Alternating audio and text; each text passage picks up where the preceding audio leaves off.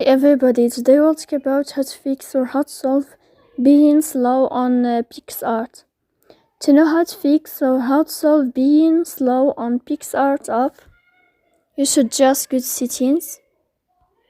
Here you can click on apps, default apps, app settings. Then you will enter to the window of Picsart and you can click.